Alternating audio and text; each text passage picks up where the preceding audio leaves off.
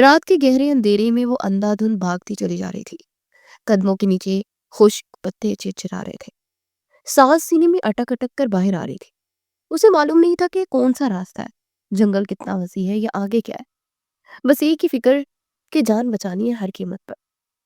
لال رنگ کی سلک کی میکسی جو کبھی وقار کی علامت تھی، اب اس کے قدموں سے لپٹ کر بوجھ بن چکی تھی۔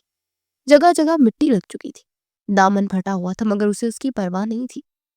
زندگی اس لمحے کپڑوں سے کہیں زیادہ قیمتی تھی۔ پکڑو اس لڑکی کو، ادھر ہی گئی ہے۔ آواز جنگل کے سناٹے میں گونج کر لوٹ آئی، جیسے درخت بھی اس کے خوف کے گواہ بن گئے ہوں۔ سنہرے بورے بال پسینے سے بھیگ کر اس کے چہرے پر چپک گئے تھے، پیشانی پر خوف صاف جھلک رہا تھا۔ وہ بار بار پلٹ کر دیکھتی، پھر اور تیز بھاگنے لگتی۔ اندھیرے ویران جنگل میں اکیلی لڑکی، اس کے ذہن میں ہزاروں خدشات ایک ساتھ امڑ آئے۔ کچھ بھی ہو سکتا تھا، اور یہی ڈر اس کے قدموں کو مزید بے قابو کر رہا تھا۔ یا اللہ، کوئی تو راستہ نکال دے، مجھے بچا لے۔ وہ لمحہ بھر کو رکی، سینہ زور زور سے اٹھ رہا تھا، کانپتے ہاتھوں سے آسمان کی طرف دیکھا، آنکھوں میں نمی اور لبوں پر دعا۔ چند سانسیں سنبھالی، پھر دوبارہ دوڑ پڑی۔ تب اچانک گھنے درختوں کے درمیان اندھیرے میں ایک سیاہ سایہ سا ابھرا۔ وہ چونک کر رکی، غور کیا تو دل تھک سے رہ گیا۔ ایک گاڑی کھڑی تھی، خاموش، تنہا۔ حیات نے پیچھے مڑ کر دیکھا۔ وہ لوگ ابھی فاصلے پر تھے مگر قریب آتے جا رہے تھے۔ سوچنے کا وقت نہیں تھا، جان بچانے کی ایک ہی صورت تھی۔ اس نے لرزتے ہاتھوں سے کار کی ڈگی کھولی اور خود کو اس کے اندر سمیٹ دیا۔ ڈنگی بند ہوتے ہی ہر طرف گپ اندھیرا چھا گیا۔ دل کی دھڑکن اس کے کانوں میں گونج رہی تھی۔ وہ نہیں جانتی تھی کہ یہ گاڑی کس کی ہے، کون اس کا مالک ہے، بس اتنا جانتی تھی کہ اس لمحے یہی ڈگی اس کی زندگی اور موت کے بیچ آخری پناہ تھی۔ ڈگی کے اندر گھوپا اندھیرا تھا۔ حیات گھٹنوں کو سینے سے لگائے بیٹھی تھی، ہاتھوں کی لرزش کو قابو میں لانے کی ناکام کوشش کر رہی تھی کہ اچانک گاڑی سٹارٹ ہونے کی آواز آئی۔ اس کا دل زور سے دھڑکا۔ اگلے لمحے گاڑی حرکت میں آئی تو حیات کا جسم ایک جھٹکے سے آگے کو لڑک گیا۔ سر لوہے سے ٹکرایا، ہونٹوں سے سسکی نکل گئی، جیسے اس نے فوراً اپنے ہاتھوں سے دبا لیا۔ سانس روک کر وہ ساکت ہو گئی۔ یا اللہ، اب تو یہ گاڑی بھی چل پڑی ہے۔ آگے ڈرائیونگ سیٹ پر بیٹھا ہوا نوجوان پوری توجہ سے سڑک پر نظریں جمائے ہوئے تھا۔ لمبی مضبوط گردن، سیدھی ناک، ہلکی داڑھی جو اس کے تیکھے نقوش کو اور بھی نکھار رہی تھی۔ پیشانی پر بکھرے سیاہ بال جن پر گاڑی کی مدھم لائٹ پڑ رہی تھی، گہری آنکھیں جن میں عجیب سی سنجیدگی اور ٹھہراؤ تھا، جسے وہ شخص کم بولتا مگر بہت کچھ دیکھ لیتا۔ یہ التمش تھا، ایک خاموش، پرکشش اور باوقار نوجوان۔ گاڑی چند میں ہی چلی تھی کہ اچانک اس کے چہرے کے تاثرات بدلے۔ اسے جیسے پیچھے سے کوئی آواز سنائی دی ہو، یہ شاید صرف احساس۔ اس نے آئینے میں ایک نظر ڈالی، پھر بوئی سکیڑ لی۔ یہ کیا تھا؟ دل نے ایک انجانی سی دستک دی۔ اگلے لمحے اس نے بریک لگائی، گاڑی جھٹکے سے رکی، سناٹے میں بس انجن کی آواز باقی رکھی۔ التمش نے گہرا سانس لیا، گاڑی سے اترا اور آہستہ آہستہ پیچھے کی طرف بڑھا۔ ڈگی کے پاس آ کر وہ رکا، چند سیکنڈ خاموشی، پھر اس نے ڈگی کھولی۔ جیسے ہی روشنی اندر پڑی، التمش کی آنکھیں حیرت سے پھیل گئی۔ اندر ایک لڑکی سمٹی ہوئی بیٹھی تھی، مٹی میں اٹا ہوا سرخ لباس، بکھرے بال، خوف سے پھیلی آنکھیں اور لرزتے ہونٹ۔ وہ چونک کر پیچھے ہٹی، جیسے ابھی بھی کسی حملے کی توقع ہو۔ دونوں کی نظریں ٹکرائی۔ التمش لمحہ بھر کو ساکت رہ گیا۔ تم؟ حیات کی آواز کپکپا گئی، آنکھوں میں آنسو تیر آئے۔ نکلو یہاں سے۔ حیات کچھ کہتی اس سے پہلے ہی التمش کی سخت آواز گونجی۔ کون ہے تم؟ اور میری گاڑی میں کیا کر رہی ہو؟ التمش کی پیشانی پر بل پڑ گئے۔ اسے اب تک یقین نہیں آ رہا تھا کہ ایک لڑکی اچانک اس کی گاڑی کی ڈگی میں کہاں سے آ گئی۔ حیات نے خود کو سنبھالتے ہوئے غور پیچھے، پھر ذرا اکڑ کر بولی، جی میں کیسے مان لوں کہ یہ تمہاری گاڑی ہے؟ کہیں تمہارا نام تو اس پر لکھا نہیں؟ التمش نے بے یقینی سے اسے دیکھا۔ اوئے، سیدھے سیدھے بتاؤ کون ہو تم؟ اس نے انگلی اٹھا کر کہا۔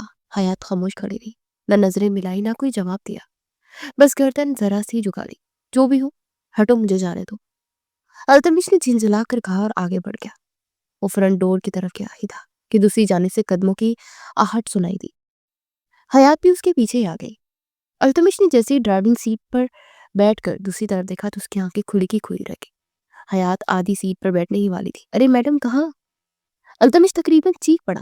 میری گاڑی میں کیوں آ رہی ہو؟ حیات تھٹک گئی، ہاتھ سیٹ کے کنارے جمے رہ گئے۔ وہ کیا بتاتی کہ پیچھے کون تھا، کیا ہونے والا تھا؟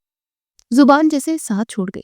چند لمحوں کی خاموشی کے بعد اس نے گہرا سانس لیا اور ایک دم ڈرامائی انداز میں بولی، دیکھو پلیز، مجھے بھی ساتھ لے چلو۔ اکیلا جنگل ہے، اندھیرا ہے، کیا تم اتنے بے حس ہو کہ ایک لڑکی کو گھنے جنگل میں اکیلا چھوڑ دو؟ پھر وہ ذرا رک کر تیر کی طرح بات کی. یہ واقعی تمہاری یہی پرورش ہے؟ التمش نے دان پیس دی. بلیک میل مت کرو مجھے. یہ بلیک میل نہیں، حقیقت ہے. حیات کی آواز اس بار لڑز گئی. اگر کچھ ہو گیا نا تو ذمہ دار تم ہو گے. التمش نے اسے غور سے دیکھا. مٹی سے اٹا لباس، کانپتے ہاتھ، خوف سے پھیلی آنکھیں. یہ سب جھوٹ نہیں لگ رہا تھا. وہ لمحہ بھر کو خاموش ہو گیا، پھر ایک لمبی سانس لے کر بولا ٹھیک ہے بیٹھ جاؤ. اسے انگلی سے سیٹ کی طرف اشارہ کیا، لیکن ایک لفظ بھی فالتو نہیں بولو گی. اور جیسے ہی آبادی آئی تم اترو گی، سمجھی؟ حیات کی آنکھوں میں ایک لمحے کو شوگر کی چمک آئی. سمجھ گئی. وہ فوراً سیدھی ہو کر بیٹھ گئی، جیسے ڈر ہو کہ کہیں وہ فیصلہ نہ بدل لے. التمش نے گاڑی سٹارٹ کی. انجن کی آواز کے ساتھ ہی گاڑی آگے بڑھ گئی اور جنگل کے اس سنسان راستے پر دو اجنبی ایک ایسی کہانی کی طرف بڑھ رہے تھے جس کا انجام ابھی دونوں سے اوجھل تھا. گاڑی خاموشی سے اندھیرے راستے پر سرکنے لگی. باہر درخت پیچھے بھاگتے محسوس ہو رہے تھے، اندر صرف انجن کی ہلکی گونج اور دونوں کی بے چین سانسیں. التمش نے ایک سرسری نظر سائڈ پر ڈالی. ویسے تم ہر اجنبی کی گاڑی میں یوں ہی بیٹھ جاتی ہو؟ حیات نے فوراً گردن سیدھی کی. نہیں، بس جن کی شکل شریف لگتی ہو ان میں. التمش کی بھویں اچک گئی. اوہ، تو میں شریف لگتا ہوں؟ ابھی فیصلہ نہیں ہوا. حیات نے کندھے اچکائے. ڈرائیونگ سے پتہ چلے گا. التمش نے ناک سے مکھی اڑائی. ہمت ہے تم میں، ماننا پڑے گا. ابھی تھوڑی دیر پہلے کانپ رہی تھی اور اب ججز بن گئی. حیات نے کھڑکی سے باہر دیکھتے آہستہ کہا. ڈر ختم نہیں ہوا ہے، بس چھپا لیا ہے. چند میں خاموشی رہی، پھر التمش نے سنجیدہ لہجے میں پوچھا نام کیا ہے؟ حیات. ایک لمحے بعد پلٹ کر بولی اور تم؟ یہ بھی آبادی تک پہنچ کر پتا چلے گا. التمش.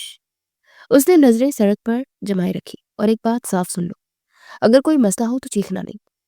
حیات نے ہلکی سی مسکراہٹ دبائی. چیخوں گی نہیں، طنز کر دوں گی. التمش نے بے ساختہ سر ہلایا. تم واقعی آفت ہو. میں؟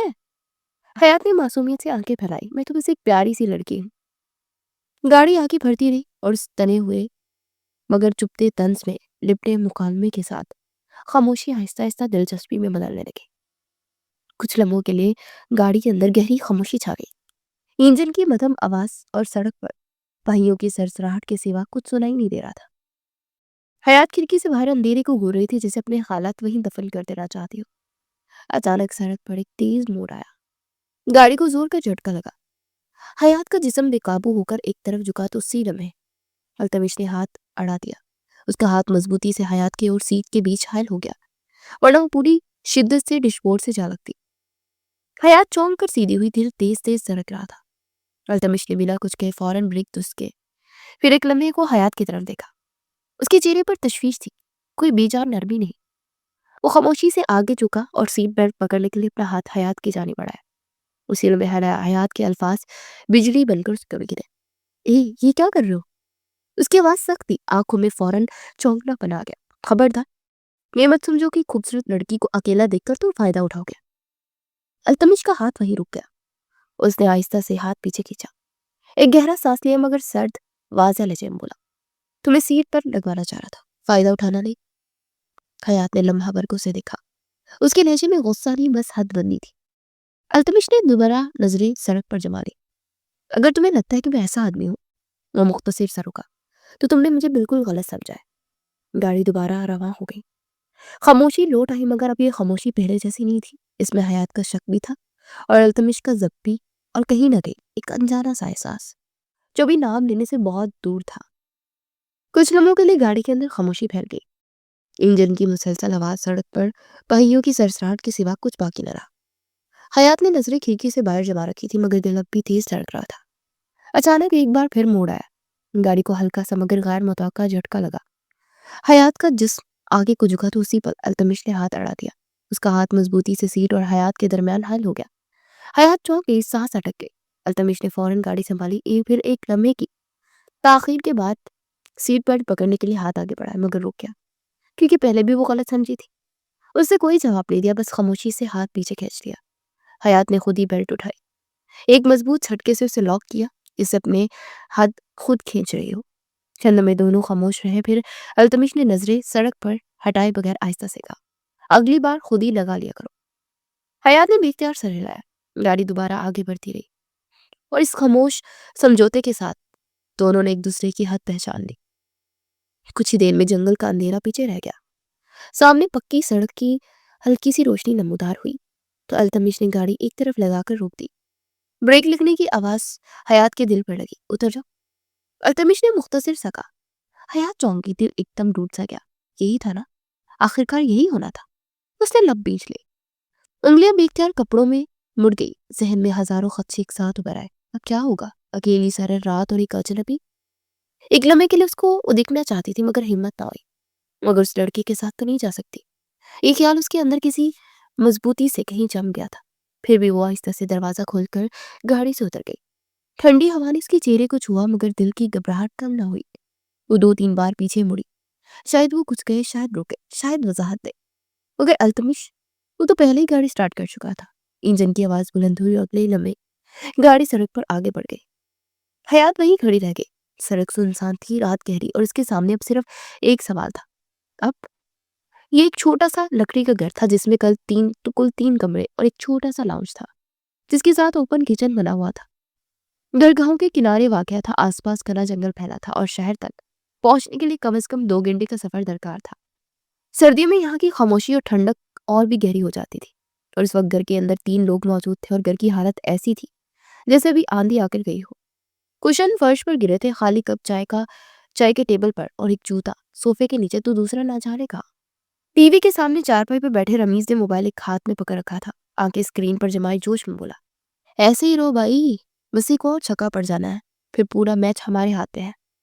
سامنے ریان دونوں ہاتھ اوپر کیے کھڑا تھا، منہ بگاڑے، ارے بھائی، ایک چھکے کے چکر میں مجھے 10 منٹ سے سزائے قید دی ہوئی ہے، ہاتھ سنو ہو گیا ہے، مجھے نہیں لگتا یہ جیتیں گے۔ اسی لمحے اسکرین پر ایک زوردار چھکا لگا۔ دیکھا؟ رمیز خوشی سے اچھل پڑا، اب ہاتھ نیچے نہیں ہوں گے۔ حارث جو صوفے کے بازو پر ٹیک لگائے بیٹھا تھا فوراً بولا، بالکل نہیں، ہاتھ اوپر ہی رہیں گے۔ ریان، قسمت تمہارے ہاتھ میں ہے، یہ قسمت نہیں، ظلم ہے، ریان کراہتے ہوئے بولا، مگر ہاتھ نیچے کرنے کی جرات نہ ہوئی۔ چاروں بھائی میچ کے ایسے دیوانے تھے کہ دنیا ادھر کی ادھر ہو جائے، ان کی نظریں اسکرین سے نہ ہٹتی۔ فی الحال البتہ گھر میں 3 ہی موجود تھے۔ التمش باہر گیا ہوا تھا جنگل سے لکڑیاں لانے، کیونکہ اس علاقے میں سردی ہڈیوں میں اتر جاتی تھی اور لکڑی کے چولہے کے بغیر گزارا ممکن نہیں تھا۔ اس گھر میں کل 4 بھائی رہتے تھے۔ رمیز سب سے بڑا، آفس میں نوکری کرنے والا، خود کو سب سے سمجھدار سمجھنے والا۔ التمش دوسرے نمبر پر، اسکول ٹیچر کم گور ذمہ دار۔ حارث یونیورسٹی کا طالب علم، ساتھ ساتھ بچوں کو ٹیوشن دینے والا، ہر بات میں ٹانگ اڑانے کا ماہر، اور سب سے چھوٹا ریان، ابھی کالج میں۔ سب سے زیادہ شکایتیں اس کے حصے میں آتی تھی۔ ابھی وہ تینوں میچ اور اپنی قسمت کے فلسفے میں گم تھے کہ اچانک دروازے کے باہر قدموں کی آہٹ سنائی تھی۔ جاؤ ریان، دروازہ کھولو، حارث نے کہا۔ میں نہیں ہل سکتا بھائی، میچ ہاتھ سے نکل جائے گا۔ ریان نے ہری جھنڈی دکھائی تو حارث نے رمیز کی طرف دیکھا۔ حارث نے ایک معنی خیز نظر رمیز کی طرف ڈالی۔ اوئے، تم بڑے ہو نا، جاؤ تم۔ رمیز نے فوراً آنکھیں پھیلا دی۔ میں بڑا ہوں تم سے حارث، اس لیے خود جاؤ۔ اوہ، 1 سال ہی بڑے ہو، بس دنوں میں تو ہم برابر ہی ہے نا۔ حارث نے فوراً پلٹ کر وار کیا۔ برابر؟ رمیز نے ہنکارا۔ عمر میں فرق ہو یا عقل میں، بڑا تو بڑا ہوتا ہے نا، عقل کی بات مت کرو۔ حارث نے صوفے پر لیندراز ہوتے ہوئے کہا، ورنہ میں یونیورسٹی کے لیکچر یاد دلوا دوں گا۔ ریان بیچ میں بول پڑا، بھائیو پلیز، جو بھی بڑا ہے، چھوٹا ہو، عقل مند ہو، بس مجھے اس بحث سے باہر رکھو۔ ہاتھ نیچے کی تو یقیناً وکٹ گر جائے گی۔ حارث، جا رہے ہو؟ رمیز کا جملہ ابھی پورا بھی نہ ہوا تھا کہ دروازے پر دستک پھر سے پڑی، اور اس بار ذرا زور سے، ٹھک ٹھک ٹھک۔ تینوں چونک کر ایک دوسرے کو دیکھنے لگے۔ کیا یہ دستک لگ رہی ہے یا ایمرجنسی؟ حارث نے ابروج گائے، اگر بھوت ہوا نا تو میں سیدھا بے ہوش۔ ریان نے ہاتھ اب بھی اوپر رکھے اور کرا کر کہا، چپ کرو۔ رمیز نے موبائل ایک طرف رکھ دیا، میچ بعد میں، پہلے دیکھتے ہیں کون ہے۔ اٹھ کر دروازے کی طرف بڑھا۔ لکڑی کا پرانا دروازہ چرچراتی آواز کے ساتھ کھلا۔ سامنے جو منظر تھا اس سے رمیز کے قدم وہیں جما دے۔ ایک لڑکی کھڑی تھی، بکھرے بال، مٹی سے اٹا سرخ لباس، آنکھوں میں خوف اور تھکن کی گہری پرچھائیاں، ہونٹ خشک اور چہرہ زرد۔ وہ سہارا لینے کو دروازے کے فریم کو پکڑے کھڑی تھی، جیسے اگلی لمحے گر پڑے گی۔ جی؟ رمیز کے منہ سے بے ساختہ نکلا۔ پیچھے سے حارث اور ریان بھی آ گیا۔ اوہو، حارث کی آنکھیں پھیل گئی۔ بھائی یہ کون سا سین ہے؟ ریان نے فوراً ہاتھ نیچے کر دیے۔ قسمت گئی تیل لینے، یہ زیادہ خطرناک لگ رہی ہے۔ لڑکی نے بمشکل ہونٹ ہلائے۔ پلیز، آواز کانپ رہی تھی، کیا میں اندر آ سکتی ہوں؟ رمیز نے ایک لمحے کو ادھر ادھر دیکھا، جیسے جنگل میں کوئی نکل آئے گا، پھر فوراً دروازہ پورا کھول دیا۔ ہاں ہاں، آؤ، اندر آؤ۔ حیات اندر قدم رکھ ہی رہی تھی کہ اس کے پاؤں لڑکھڑا گئے اور اگلے ہی لمحے حارث نے آگے بڑھ کر اس کا بازو تھام لیا. آرام سے. اس کی آواز غیر ارادی طور پر نرم ہوگی. اب ٹھیک ہے؟ حیات نے نفی میں سر ہلایا. آنکھوں میں نمی تیر گئی. مجھے بس تھوڑی دیر کے لیے محفوظ جگہ چاہیے تھی. ریان نے فوراً صوفے سے کمبل اٹھا اس کی طرف بڑھایا. یہ لو پہلے اوڑھو، تم کانپ رہی ہو. حیات نے کمبل لپیٹا تو جیسے اس کی ہمت بھی لپٹ گئی. وہ لاؤنج کے بیچ رکھی کرسی پر بیٹھ گئی. سر جھکا لیا. رمیز نے گلاس میں پانی ڈال کر اس کے سامنے رکھا. پہلے پانی پیو، پھر آہستہ آہستہ بتانا کیا ہوا ہے. حیات نے چند گھونٹ لیے. سانس ذرا بحال کی. اس نے نظریں اٹھائی. سامنے 3 اجنبی چہرے کھڑے تھے، مگر ان میں خوف نہیں، تشویش تھی. ان لوگوں سے بچتی بچاتی یہاں آ پہنچی تھی اور اسے ایک گھر دکھا جب یہاں چلی آئی. پر اب اس گھر میں سارے لڑکوں کو دیکھ کر اور ڈر بھی رہی تھی. میرا نام حیات ہے. اس کی آواز اب بھی ہلکی تھی. میں جنگل میں کچھ لوگ میرا پیچھا کر رہے تھے. 3 بھائیوں کے چہرے سنجیدہ ہو گئے. کون لوگ؟ حارث نے فوراً پوچھا. حیات نے اشارے سے گھیرے. میں نہیں جانتی، بس اتنا جانتی ہوں کہ نیت ٹھیک نہیں تھی. پھر بھاگتے بھاگتے میں گاڑی کی ڈگی میں چھپ گئی. اسی لمحے باہر دروازے کے قریب قدموں کی آہٹ سنائی دی. باہری جوتوں کی، لکڑیوں کے گٹھے کے ساتھ. دروازہ کھلا. ٹھنڈی ہوا کے جھونکے کے ساتھ التمش اندر داخل ہوا. کندھے پر لکڑیوں کا بوجھ، چہرہ معمول کے مطابق سنجیدہ، مگر جیسے اس کی نظر لاؤنج میں بیٹھی اس لڑکی پر پڑی وہ دم ساکت رہ گیا. وہ کوئی کھڑوس شخص تھا. مجھے بیچ راستے میں اتار دیا. میں اکیلی تھی، مدد ہی کر دیتا. چند لمحے خاموشی. حیات نے پھر سر اٹھایا. نظریں ملی. وہی آنکھیں، وہی چہرہ. حیات کے لب بے اختیار ہلے. آواز بمشکل نکلی. تم؟ التمش کے ہاتھ سے لکڑیوں کا گٹھا فرش پر گر پڑا. تم یہاں؟ اس کی آواز میں حیرت بھی تھی، الجھن بھی. رمیز نے دونوں کو باری باری دیکھا. اوئے، تم دونوں ایک دوسرے کو جانتے ہو؟ کمرے کی فضا بدل چکی تھی. خاموشی، بھاری، سوالوں سے بھری. اور اسی لکڑی کے گھر میں جنگل کے کنارے ایک ایسی کہانی نے دوسرا موڑ لے لیا تھا جس کا اندازہ شاید کسی کو بھی نہیں تھا.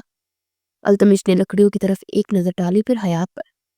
اس کے چہرے کی سختی واپس آ چکی تھی. وہی ضبط، وہی واسطہ. یہ لڑکی اس کے لیے گھر تک پہنچ گئی تھی. وہ سوچ بھی نہیں سکتا تھا کہ اس کے گھر میں بیٹھ کر اس کی برائی کر رہی تھی.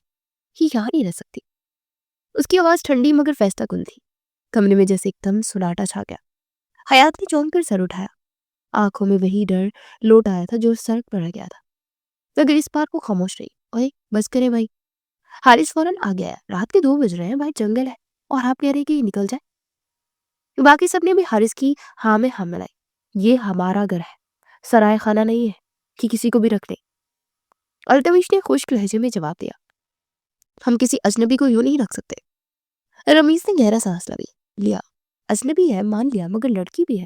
اور حالت دیکھیے اس کی. اتنی رات کو کہاں جائے گی بیچاری. ریان نے حیات کی طرف دیکھا. پھر التمش سے بولا. بھائی قسم سے یہ بھی دروازے سے باہر گئی نا تو میں سو نہیں پاؤں گا. اس گھر میں ایک عرصے سے کوئی لڑکی نہیں تھی. التمش نے ابروس کرے. تم تینوں جذباتی ہو رہے ہو. ہمیں نہیں پتا یہ کون ہے، کہاں سے آئی ہے، کیوں آئی ہے. ہمیں بس یہ پتا ہے کہ آپ جنگل میں رات کو کسی لڑکی کو چھوڑ آئے. حارث بات کاٹ کر بولا. التمش نے چون کر اسے دیکھا. تمہیں کیسے؟ بس اندازہ ہے. حارث نے کندھے اچکائے. یہ دونوں ایک دوسرے کو جانتے ہیں اور لڑکی اس حالت میں یہاں پہنچی. 2 جمع 2 4. حیات نے آہستہ سے ہاتھ جوڑے. آواز نرم تھی مگر لرزش صاف سنائی دے رہی تھی. میں وعدہ کرتی ہوں میں کوئی مسئلہ نہیں بنوں گی. بس ایک رات، صرف ایک رات. صبح ہوتے ہی چلی جاؤں گی. التمش نے نظریں چرا لی. اس کے چہرے پر لمحہ بھر کو تذبذب ابھرا، مگر وہ فوراً خود کو سنبھال گیا. نہیں، ایک لفظ مختصر. رمیز آگے بڑھا. التمش انسان بن جاؤ. ایک دن رکھنے سے قیامت نہیں آ جائے گی. اور اگر آ گئی تو؟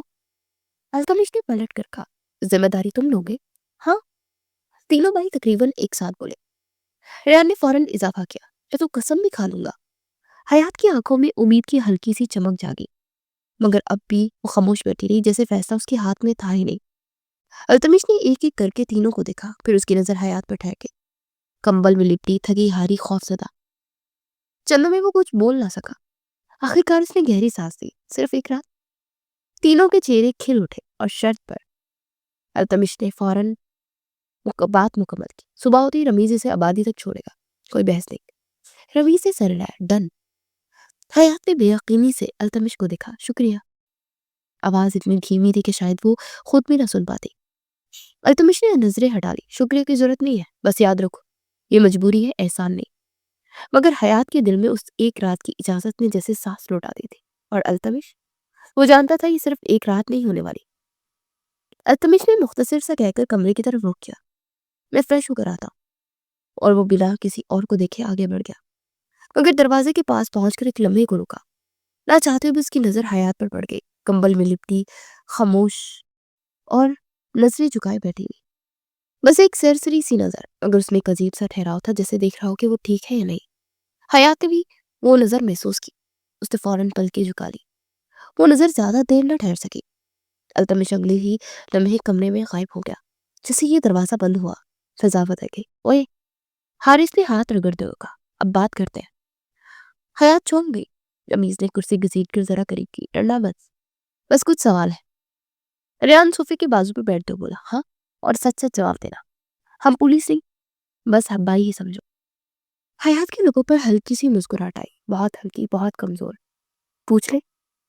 حارث نے پہلا وار کیا، سب سے پہلے تم یہاں اس جنگل میں کیوں تھی؟ حیات نے ایک لمحہ سوچا، پھر آہستہ سے بولی، وہ ایک تقریب سے واپس آ رہی تھی، راستے میں گاڑی خراب ہو گئی تھی اور پھر تو رک گئی۔ انگلیاں کمبل میں مڑ گئی، کچھ لوگ پیچھے پڑ گئے۔ رمیز کی آنکھیں سنجیدہ ہو گئی۔ کچھ لوگ؟ جانتی تھی انہیں؟ حیات نے نفی میں سر لائے، نہیں، اسی لیے ڈر گئی تھی۔ ریان نے فوراً کہا، اسی لیے تم نے بھائی کی گاڑی کی ڈگی؟ وہ جملہ پورا نہ کر سکا۔ حارث نے کھولی ماری، اوہ سوری، میں مطلب اسے تم بھاگ رہی تھی۔ حیات نے ہلکی سی سانس دی، جی، اور اگر اس وقت وہ گاڑی نہ ہوتی تو؟ آواز بھر آ گئی۔ اس سے بات ادھوری چھوڑتی۔ تینوں ایک دوسرے کو دیکھنے لگے۔ اچھا، رمیز نے نرمی سے کہا، تم اکیلی رہتی ہو؟ ہاں۔ گھر کہاں؟ شہر میں۔ تو یہاں کیسے؟ بس بدقسمتی سمجھتے۔ حیات نے آہستہ سے جواب دیا۔ ریان نے سر کھجا کر کہا، یار کہانی تو فلم میں لگ رہی ہے، مگر تم خود اصلی لگ رہی ہو۔ حیات کے لب تھوڑا سا کانپے۔ میں بس مسئلہ بننا نہیں چاہتی تھی، اور اگر لوگوں کو سچ بتا دیتی تو مسئلہ بن سکتا تھا۔ وہ لوگ اسے ایک رات بھی نہ رکھتے۔ اسی لمحے حیات کی نظر کمرے کے دروازے کی طرف گئی۔ وہ ذرا سا کھلا تھا اور وہاں التمش کھڑا تھا، بال گیلی حالت میں، تولیہ کندھے پر ڈالے، سفید شرٹ کی آستینیں آدھی موڑے ہوئے۔ وہ اندر نہیں آ رہا تھا، بس کھڑا سن رہا تھا۔ حیات نے اسے نہیں دیکھا، مگر التمش کی نظریں صرف اسی پر تھی۔ جب اس نے حیات کو سر جھکایا، آنکھوں میں نمی لیے بیٹھے دیکھا تو اس کی بھویں ایک لمحے کو سکڑ گئی۔ وہ فوراً پیچھے ہٹ گیا، جسے پکڑا نہ جانا چاہتا۔ کچھ دیر کے بعد وہ لاؤنج میں آیا، لہجہ معمول جیسا۔ زیادہ سوال جواب مت کرو، وہ تھکی ہوئی ہے، رمیز نے مسکرا کر کہا۔ دیکھا، ہمیں تو لگ رہا تھا بس ہم رحم دل ہیں، اصل رحم دل تو کوئی اور ہے۔ التمش نے گھور کر دیکھا، بکواس بند کرو۔ مگر حیات نے اس بار سر اٹھا کر اسے دیکھا، اور پہلی بار اس کی آنکھوں میں ڈر کے ساتھ ساتھ ایک عجیب سا اطمینان بھی تھا۔ شاید یہ رات اتنی اخیری نہیں ہونے والی تھی۔ چلو اب سب جا کر سو۔ التمش نے سب کو کہا، پر بھائی یہ کہاں سوئے گی؟ مطلب کمرے تو بس دو ہیں۔ ریحان کو فکر لاحق ہوئی۔ میرے کمرے میں سوئے گی یہ لڑکی۔ التمش نے جیسے ہی بولا، سب کی آنکھیں کھل گئی۔ ارے میرا مطلب ہے اسے میں اپنا کمرہ دے دوں گا نا، خود یہاں صوفے پر سو جاؤں گا، تم تینوں اپنے کمرے میں جاؤ۔ التمش نے فوراً بات کی وضاحت دی تو وہ تینوں مسکراتے کمرے میں چلے گئے، جبکہ حیات کو التمش کے کمرے میں جانا پڑا۔ صبح کی ہلکی روشنی لکڑی کے گھر کی کھڑکیوں سے اندر سرکنے لگی۔ رات کی ٹھنڈک اب بھی فضا میں بسی ہوئی تھی، مگر اندھیرے کی جگہ ایک عجیب سا سکون لے چکا تھا۔ کچن سے برتنوں کی ہلکی سی آوازیں آ رہی تھی۔ حیات کی آنکھ کھلی تو چند لمحے وہ سمجھ ہی نہ سکی کہ کہاں ہے۔ پھر کل رات کے سارے مناظر ایک ایک کر کے ذہن میں ابھر آئے، جنگل، بھاگتی سانسیں، گاڑی کی ڈگی، اور پھر یہ گھر۔ وہ آہستہ سے اٹھ کر بیٹھ گئی۔ کمبل ابھی بھی کندھوں پر تھا، بال بکھرے ہوئے، آنکھوں کے گرد ہلکی سی تھکن باقی تھی۔ وہ فریش ہو کر کمرے کے دروازے تک آئی تو باہر ایک الگ ہی منظر اس کا منتظر تھا۔ میں بتا رہا ہوں بھائی، آج تو میں یہ ناشتہ بنا رہا ہوں، کل سے یہ ڈیوٹی رمیز کی ہوگی، وہ ہر بار کچھ نہیں کرتا۔ حارث نے جیسے اعلان کیا تھا، اسی لمحے ریان دوسرے دروازے کے پاس سے گزرا۔ اوہ، آپ جاگ گئی؟ پھر فوراً جوش سے بولا، خوشخبری، آج ناشتے میں انڈا بھی ہے اور چائے بھی، اور دونوں بغیر لڑے بنے ہیں۔ حیات کے لبوں پر بے ساختہ مسکراہٹ آ گئی۔ یہ واقعی خوشخبری ہے۔ لاؤنج میں رمیز اخبار ہاتھ میں لیے بیٹھا تھا، اور حارث چولہے کے پاس کھڑا خود کو ہیڈ شیف سمجھ رہا تھا۔ بیٹھی رہو، رمیز نے نظریں اخبار سے ہٹائے بغیر کہا، ابھی چائے آتی ہے۔ حیات نے آہستہ سے پوچھا، اور التمش؟ لفظ نکلتے اسے خود بھی حیرت ہوئی۔ حارث نے فوراً پلٹ کر دیکھا، آنکھوں میں شرارت۔ اوہو، نام لے لیا گیا ہے۔ ریان ہنس پڑا، بھائی صبح سویرے لکڑیاں دیکھنے گئے ہیں کہ رات والی ختم نہ ہو جائے۔ اسی لمحے دروازہ کھلا۔ ٹھنڈی ہوا کا جھونکا اور اس کے ساتھ ہی التمش سیدھا سادہ لباس، بال بکھرے اور سورے ہوئے، چہرہ ہمیشہ کی طرح سنجیدہ مگر آنکھوں میں صبح کی تازگی تھی۔ اس کی نظر سب سے پہلے حیات پر پڑی، وہ ٹھٹک سا گیا، بس ایک پل کے لیے۔ حیات نے فوراً نظریں جھکا لی۔ صبح بخیر، رمیز نے کہا۔ صبح بخیر، التمش نے مختصر جواب دیا۔ وہ کچن کی طرف پڑھا مگر گزرتے ہوئے ایک لمحے کو رکا۔ چائے پی لی؟ آواز نرم تھی، سوال مختصر۔ حیات نے سر ہلایا۔ بس ابھی۔ التمش نے کچھ نہ کہا، بس سر ہلایا اور آگے بڑھ گیا۔ حارث نے فوراً ریال کی کان میں سرگوشی کی۔ دیکھا؟ نظر والا پیار کہتے ہیں اسے۔ ریال نے دبے دبے کہکے لگائے۔ کچھ دیر کے بعد سب ناشتے کی میز کے گرد بیٹھے تھے۔ سادہ سا ناشتہ مگر ماحول بھی اپنائے تھی۔ رمیز نے گھڑی دیکھی۔ حیات، آدھے گھنٹے میں ہم نکلیں گے، میں تمہیں شہر کی طرف چھوڑ دوں گا۔ حیات کے ہاتھ لمحہ بڑھ کر رک گئے۔ جی ٹھیک ہے۔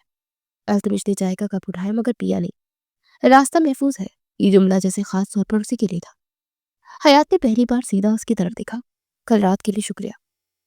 التمش کی نظریں کپ پر جمی رہی۔ کل رات نہیں ہوتی تو تم یہاں نہ ہوتی، بس اتنی سی بات ہے۔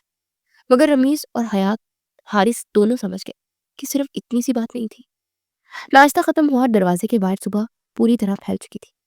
حیات نے کمبل تہہ کر کے ایک طرف رکھا، دوپٹہ سنبھالا اور پلٹ کر سب کی طرف دیکھا، اور پھر اس کی نظر ایک بار پھر التمش سے ملی۔ اس بار اس نے نظریں نہیں چرائی۔ میں نے سنا ہے کہ آپ لوگ گھر کے لیے ہیلپر ڈھونڈ رہے ہیں۔ حیات نے فوری بولا، وہ کون سا یہاں سے جانا چاہتی تھی۔ کل رات ہی اس نے ریان سے سنا تھا، تو اس کا کوئی گھر بار تو نہیں تھا، نہیں اسے قرض دینا تھا، جب اس کے پیچھے گھومنے لگے تھے۔ تو میں نے سارے کام کر لوں گی، مجھے یہاں رکھ لو، میں گھر کا سارا کام کر لوں گی، حیات نے معصومیت سے کہا۔ التمش نے پہلی بار سر اٹھا کر اسے پوری طرح دیکھا۔ اس کی آنکھوں میں وہی ضد تھی، وہی خاموش التجا جو الفاظ سے زیادہ بولتی ہے۔ چمچ اس کے ہاتھ میں رک گیا۔ حیات کی بات سنتے ہی لاؤنج میں ایک عجیب سی خاموشی پھیل گئی۔ التمش نے پہلی بار واقعی اسے غور سے دیکھا۔ نہ وہ ڈری ہوئی لڑکی جو رات ڈکی میں سمٹی تھی، نہ وہ طنز کرنے والی جو گاڑی میں بیٹھ کر اسے چرا رہی تھی، بلکہ ایک ایسی لڑکی جو اب فیصلہ کر چکی تھی۔ بس یہی رک گئے ہو؟ ابھی تک سبسکرائب نہیں کیا کیا؟ ارے یار، جلدی سے فیملی جوائن کرو، لائک کرو، شیئر کرو اور بیل آئیکن کو بھی دبا دو تاکہ اگلی ویڈیو سب سے پہلے آپ تک پہنچ جائے۔ یہ کیا کہہ رہی ہو تم؟ التمش کی آواز سخت نہیں تھی مگر ٹھنڈی ضرور تھی۔ حیات نے گھبرا کر جلدی سے بات سنبھالی۔ میرا مطلب ہے میں مسئلہ نہیں بنوں گی، کھانا صفائی سب کچھ، کسی پر بوجھ نہیں بنوں گی، بس۔ وہ ذرا رکی، بس مجھے کچھ دن کی پناہ چاہیے۔ رمیز نے فوراً حارث کی طرف دیکھا، پھر التمش کی طرف۔ دیکھو بھائی، لڑکی خود عزت سے کہہ رہی ہے، کام کرنے کو بھی تیار ہے۔ حارث نے فوراً تائید کی۔ اور ویسے بھی ہمیں ہیلپرز کی بھی ضرورت ہے نا، پچھلی آنٹی 2 دن میں بھاگ گئی تھی، یاد ہے نا؟ ریان نے معصومیت سے اضافہ کیا، اور حیات ابھی تو لگتا ہے ابھی صاف ستھری ہے، برتن کم سے کم نہیں توڑیں گی۔ وہ تینوں ہی چاہتے تھے کہ حیات اس گھر سے نہ جائے، مگر التمش کو یہ لڑکی ٹھیک نہیں لگ رہی تھی۔ حیات کے لبوں پر ہلکی سی مسکراہٹ آئی، مگر نظریں پھر بھی التمش پر ہی تھی۔ فیصلہ اسی نے کرنا تھا۔ التمش نے کرسی سے ٹیک ہٹائی۔ اس کے ذہن میں کل رات کی مناظر ایک ایک کر کے ابھرنے لگے، جنگل، اندھیرا، لڑتی آواز، اور پھر وہی لڑکی جو اس کے سامنے پورے وقار کے ساتھ کھڑی تھی۔ تمہیں اندازہ ہے تم کیا مانگ رہی ہو؟ اس نے دھیمے مگر واضح لہجے میں کہا۔ یہ کوئی گیسٹ ہاؤس نہیں ہے، 4 مرد رہتے ہیں۔ حیات نے فوراً سر ہلایا۔ مجھے اندازہ ہے، اس لیے میں نے وعدہ کیا کہ میں حد میں رہوں گی۔ کمرے میں چند لمحے خاموشی رہی، پھر رمیز نے آخری بار کیا۔ التمش، اگر یہ لڑکی یہاں نہ رہی تو کہاں جائے گی؟ اگر خدا نہ خواستہ سے کچھ ہو گیا تو بات ادھوری چھوڑ گیا۔ التمش کا جبڑا سخت ہو گیا۔ وہ کھڑا ہوا، کھڑکی کے پاس جا کر باہر جنگل کی طرف دیکھا، وہی جنگل جہاں اس نے اسے اکیلا چھوڑا تھا۔ ایک گہری سانس لی اور پھر وہ پلٹا۔ ٹھیک ہے؟ حیات کی آنکھیں فوراً اٹھی۔ رہ سکتی ہو، التمش نے صاف لفظوں میں کہا، لیکن شرطیں ہوں گی۔ جی؟ حیات کی آواز میں امید لرز رہی تھی۔ پردہ، حدود اور کوئی ڈرامہ نہیں۔ اس کی نظر سیدھی تھی، اور یاد رکھنا، اگر کام اچھا نہ ہوا تو جانا پڑے گا۔ حیات نے فوراً سر جھکا دیا۔ میں سمجھ گئی، اور شکریہ۔ کہا نا شکریہ مت کو۔ التمش نے بات کاٹ دی، مگر جب وہ واپس مڑا تو رمیز، حارث اور ریان تینوں مسکرا رہے تھے۔ وہ اس لڑکی کے بارے میں خود ہی پتہ کرنے والا تھا، اور حیات وہ پرسکون ہو گئی، رہنے کے لیے ایک ٹھکانہ جو مل گیا تھا۔ کل رات ہی وہ ان سب کو پہچان گئی تھی کہ وہ نیت کے اچھے لوگ ہیں، بس اس کا سچ کسی کو نہ پتہ لگے۔ وہ کیا کرتی دل سے یہی دعا کو تھی۔ حیات اس وقت کچن میں کھڑی کچن کی حالت دیکھ رہی تھی۔ کچن اس بات کا ثبوت تھا کہ اس گھر میں عورت نہیں ہے، کیونکہ ہر چیز بکھری ہوئی تھی۔ سارے برتن گندے پڑے تھے، شیلف پر نشانات تھے، سبزیاں بڑی بڑی سڑنے لگی تھی۔ کچن کی حالت دیکھ کر حیات کا سر چکرا گیا۔ صبح ہی ریحان اپنے کالج، حارث یونیورسٹی اور رمیز پڑھانے کے لیے، جبکہ التمش اپنے آفس چلا گیا تھا۔ حارث اور رمیز نے اسے گھر کی ہر چیز کے بارے میں بتا دیا تھا تاکہ وہ اچھے سے کام کر سکے۔ مجھے لگتا ہے پہلے مجھے اپنی میکسی بدلنی پڑے گی، ورنہ میں کام کیسے کروں گی؟ چل حیات، کوئی کپڑا ڈھونڈتے ہیں۔ ہاتھ جھاڑتی ہوئی التمش کے کمرے میں گئی جہاں کل رات وہ ٹھہری تھی۔ الماری کھولنے کے بعد اس نے التمش کا ایک ٹراؤزر اور شارٹ نکال کر پہننے کا سوچا، لیکن التمش کی خونخوار آنکھیں اور غصہ یاد کر کے وہ الماری بند کرتی ریحان، رمیز اور حارث کے مشترکہ کمرے میں آ گئی۔ ہاں، ایک کام کرتے ہو، سب سے سویٹ تو حارث ہے، اس کے کپڑے پہن لیتی ہو، وہ مجھے کچھ نہیں کہے گا۔ گرے کلر کی شرٹ اور بلیک ٹراؤزر لیتی وہ واش روم میں بند ہو گئی۔ کپڑے چینج کر کے اس نے ادھر کا کام شروع کیا۔ پہلے پورا کچن سمیٹا، پھر پورے گھر کی صفائی کی، ہر چیز کو اپنی جگہ پر رکھا، اور کپڑے دھونے کا ارادہ کرتی وہ واشنگ ایریا میں آئی تو کپڑوں کا پہاڑ دیکھ کر حیات کی بس ہو گئی۔ یہ کام کل کرنے کا سوچ کر وہ ٹی وی لاؤنج میں آ گئی اور اپنے لیے ایک کپ چائے بناتی ٹی وی کھول کر بیٹھ گئی۔ چائے کا کپ رکھتے وہ کچن میں آئی تو اسی وقت گیٹ کھول کر التمش اور رمیز گھر میں داخل ہوئے۔ چولہے پہ چڑھا کھانا دیکھ کر وہ مصروف تھی۔ اوئے حارث، تو آج جلدی آ گیا، چل جلدی سے۔ رمیز بے خیالی میں ہی حیات کو حارث سمجھ کر پیچھے سے پکڑ چکا تھا۔ جب اسے اندازہ ہوا تو بجلی کی طرح پیچھے ہٹا اور جملہ ادھورا ہی رہ گیا۔ حیات شرمندہ ہوتی نظریں جھکا کر کھڑی تھی۔ او سوری، میں سمجھا، کوئی بات نہیں رمیز بھائی، آپ لوگ فریش ہو جائیں، میں کھانا لگاتی ہوں۔ رمیز کی بات مکمل بھی نہ ہوئی تھی کہ حیات بول پڑی۔ رمیز فوری وہاں سے نکل گیا۔ اب التمش اور حیات رہ گئے تھے۔ بس سنو لڑکی، یہ تم نے حارث کے کپڑے کیوں پہنے ہیں؟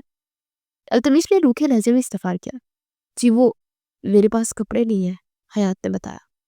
التمش حیات کا ہاتھ پکڑے کمرے میں لے آیا۔ یہ لو، یہ پہنو، آج کے بعد کسی اور کے کپڑے میں نہیں دیکھوں۔ وہ حق جما رہا تھا۔ التمش کے پاس آنے پر حیات کا دل کسی اور ہی لے پہ دھڑکنے لگا تھا۔ التمش نے حیات کو اپنا ٹراؤزر اور شرٹ دیا تھا۔ وہ سمجھ نہیں پا رہی تھی کہ وہ ایسا کیوں کر رہا ہے۔ رمیز کا حیات کے اتنے قریب جانا اسے بہت برا لگ رہا تھا۔ وہ یہ بات اچھے سے جانتا تھا کہ گھر میں تینوں لڑکے ایک دوسرے سے اتنے ہی فارمل ہیں، مگر التمش کے قریب آنے کی کوئی جرت بھی نہیں کرتا۔